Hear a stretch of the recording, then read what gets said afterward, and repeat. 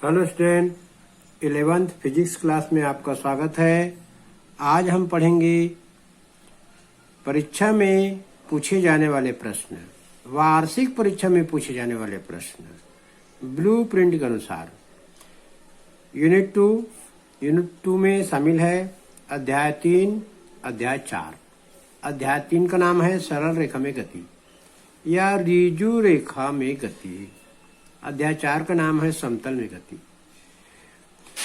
11th physics class में जो सैद्धांतिक है 70 नंबर का आएगा, प्रायोगिक 30 नंबर का। तो चलिए पढ़ते हैं। जो अध्याय 3, अध्याय 4 से आने वाले प्रश्न है 2 अंक के। प्रश्न क्रमांक 1, द्विविमीय गति किसे कहते हैं? उदाहरण दीजिए।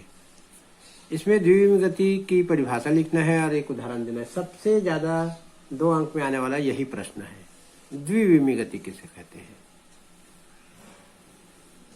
प्रश्न क्रमांक 2, चाल किसे कहते हैं?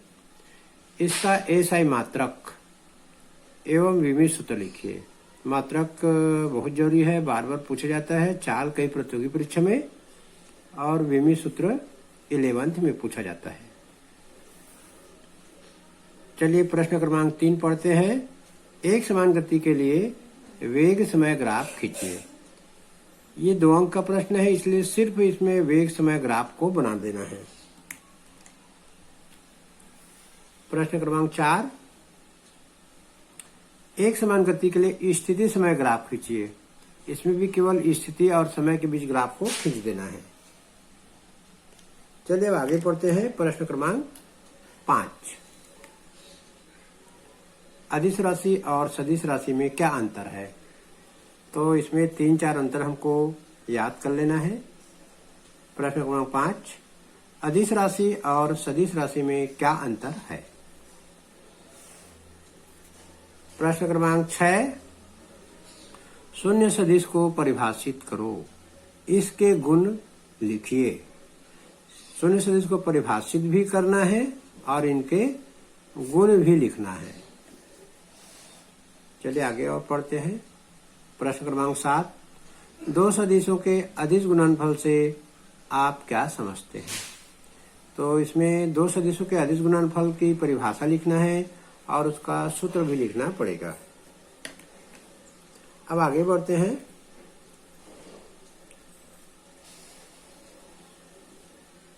प्रश्न क्रमांक 8, कोणीय विस्थापन की परिभाषा दीजिए।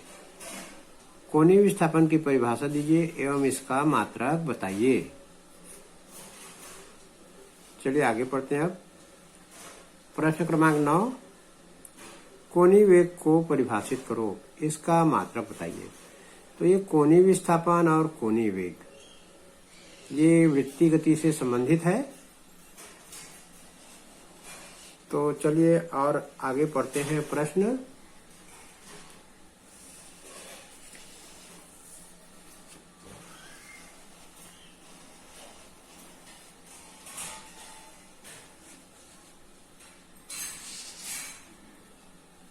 प्रश्न क्रमांक 10, प्रक्षेप्य गति किसे कहते हैं? इसका एक उदाहरण दीजिए। तो ये जो अध्याय है इसमें ऋजु रेखीय गति और समतल में गति 2 प्रकार के प्रश्न इसमें मिलेंगे। प्रक्षेप्य गति जो है समतल में गति का एक उदाहरण है। तो प्रश्न 10 जो है 2 अंक का, प्रक्षेप्य गति किसे कहते हैं, इसका एक उदाहरण दीजिए। तो ये भी बहुत पूछा जा चुका है प्रक्षेप्य गति। तो अभी मैंने बताया 2 अंक के 10 प्रश्न। इसी प्रकार से और भी प्रश्न हो सकते हैं, लेकिन ये 10 जो प्रश्न मैंने बताया अभी ये बहुत ही महत्वपूर्ण प्रश्न। इनमें से कोई ना कोई प्रश्न हर साल परीक्षा में आता ही है। इन 10 प्रश्नों को बिल्कुल से याद कर लेना है। चलिए अब हम 3 व 5 अंक के प्रश्न पढ़ते हैं। प्रश्न क्रमांक 1, एक समान त्वरित गति से आप क्या समझते हैं? तो एक समान त्वरित गति की हमको परिभाषा देना है।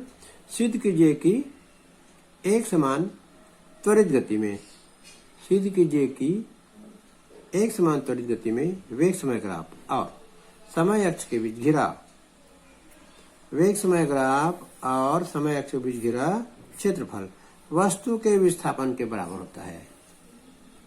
बहुत महत्वपूर्ण प्रश्न, परीक्षा में कई बार आ चुका है। चलिए अब आगे बढ़ते हैं।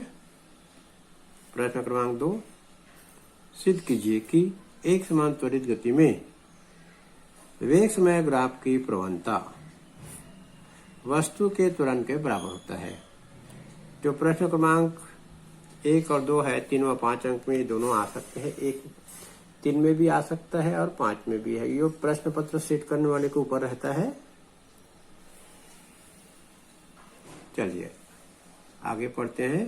प्रश्न क्रमांक 3, समाकलन विधि से गति के प्रथम समीकरण की स्थापना कीजिए।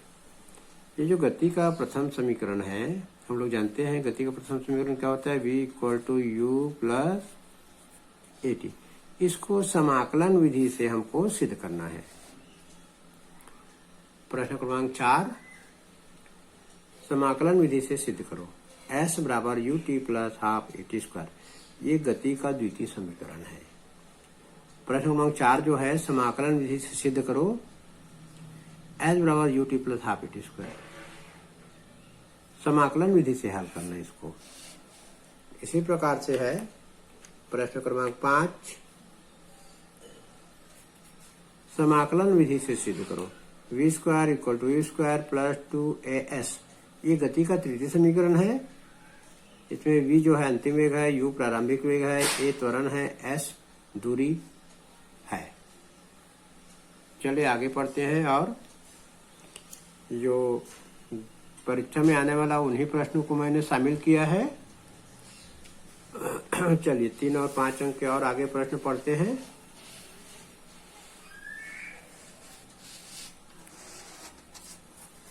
प्रश्न क्रमांक 6, निम्न के x के सापेक्ष अवकलन कीजिए। यहाँ पर प्रश्न दिया है x के सापेक्ष हमको अवकलन करना है। परीक्षा में ये भी आता है, सिलेबस में है। पहला x × sin x। ये दो फलन का गुणनफल है, दो राशि का गुणनफल है, इनका अवकलन करना है। Second sin x × log ex। तीसरा cos x बटे 1 + sin x। ये भाग वाला है। ऊपर के दो गुणा वाले सूत्र लगेगा अवकलन में। ऊपर के दो सवाल में गुणा वाला लगेगा अवकलन और तीसरे नंबर में भाग का अवकलन का सूत्र लगेगा। प्रश्न 7, निम्नलिखित के अवकल गुणांक ज्ञात कीजिए। cos x²। ये जो सवाल है फलन के फलन से संबंधित है। फलन के फलन थोड़ा कठिन है ये। 7 नंबर सवाल, निम्नलिखित के अवकल गुणांक ज्ञात कीजिए। cos x²।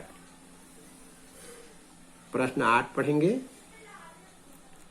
अब तो अवकल गुणांक का हो गया सवाल। अब पढ़ेंगे प्रश्न 8, x के सापेक्ष समाकलन कीजिए। अवकलन का जो उल्टा रहता है उसको ही हम समाकलन कहते हैं। तो समाकलन का सूत्र दूसरा लगेगा। पहला x × ex, दो फलन का गुणनफल है। Second log ex। तीसरा x × cos x। चलिए अब पढ़ते हैं आगे। प्रश्न क्रमांक 9, सिद्ध कीजिए कि सदिशों का योग। सिद्ध कीजिए कि सदिशों का योग साहचर्य नियम का पालन करता है। अगला प्रश्न क्रमांक 10,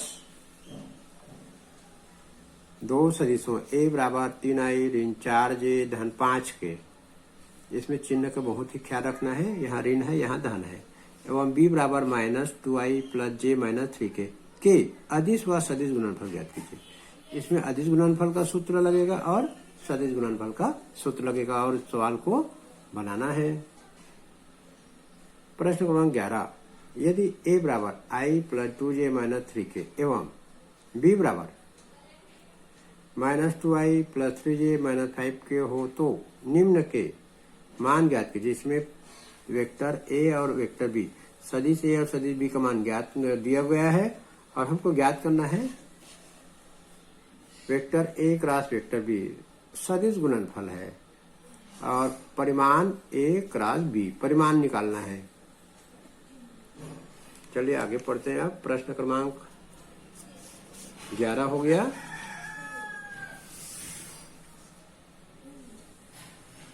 चलिए 3 व 5 अंक के आगे प्रश्न पढ़ते हैं। प्रश्न क्रमांक 12, सिद्ध कीजिए कि सदिश ए बराबर 2i plus 3j plus k एवं वेक्टर बी बराबर 2i minus 4j plus 8k परस्पर लंबवत है। ये दोनों सदिशों का यदि हम अदिश गुणनफल करेंगे और उनका अदिश गुणनफल करेंगे दोनों सदिशों का और उसका मान यदि 0 आ जाता है तो कहेंगे कि दोनों सदिश जो है परस्पर लंबवत है। सिद्ध करना है। सिद्ध कीजिए कि सदिश ए बराबर 3i धन 6j धन 9k एवं वेक्टर बी बराबर i plus 2j plus 3k एक दूसरे के समांतर है। यदि समांतर कहेगा तो हम दोनों का सदिश गुणनफल निकालेंगे और इनका मान 0 आना चाहिए, तब ये समांतर कहलाएंगे। चलिए आगे प्रश्न पढ़ते हैं। और प्रश्न 14, दो सदिशों के योग के समांतर चतुर्भुज नियम लिखिए। दो सदिशों के योग के समांतर चतुर्भुज नियम लिखिए एवं परिणामी दो सदिशों के योग के परिणामी के लिए व्यंजक प्राप्त कीजिए। परिणामी के लिए व्यंजक प्राप्त कीजिए। चलिए पढ़ते हैं आगे प्रश्न। 3 व 5 के प्रश्न है ये। प्रश्न 15, रेखीय वेग एवं कोणीय वेग में संबंध स्थापित कीजिए। प्रश्न 16, प्रक्षेप्य गति किसे कहते हैं? उड्डयन काल एवं क्षैतिज परास के लिए व्यंजक प्राप्त कीजिए। प्रश्न क्रमांक जो 16 है 5 अंक के प्रश्न में सर्वाधिक बार पूछा जा चुका है। प्रक्षेप्य गति किसे कहते हैं? उड्डयन काल एवं क्षैतिज परास के लिए व्यंजक प्राप्त कीजिए। प्रश्न क्रमांक 16 जो है 5 अंक के प्रश्न में सबसे ज्यादा बार अभी तक पूछा गया है। उड्डयन काल का व्यंजक और क्षैतिज परास का व्यंजक हमको प्राप्त करना है। प्रश्न क्रमांक 17, सिद्ध कीजिए कि प्रक्षेप्य का पथ परवलयाकार होता है। प्रश्न क्रमांक 18, प्रक्षेप्य गति में अधिकतम ऊंचाई के लिए व्यंजक प्राप्त कीजिए। ये भी एक व्यंजक है, प्रक्षेप्य गति में ही होता है अधिकतम ऊंचाई। कभी कभी अधिकतम ऊंचाई का भी सवाल को देते हैं, ये भी महत्वपूर्ण प्रश्न है। तो सभी प्रश्नों को अच्छे से याद कर लेना है ताकि कोई शंका, कोई समस्या वार्षिक परीक्षा के पहले ना रहे। धन्यवाद।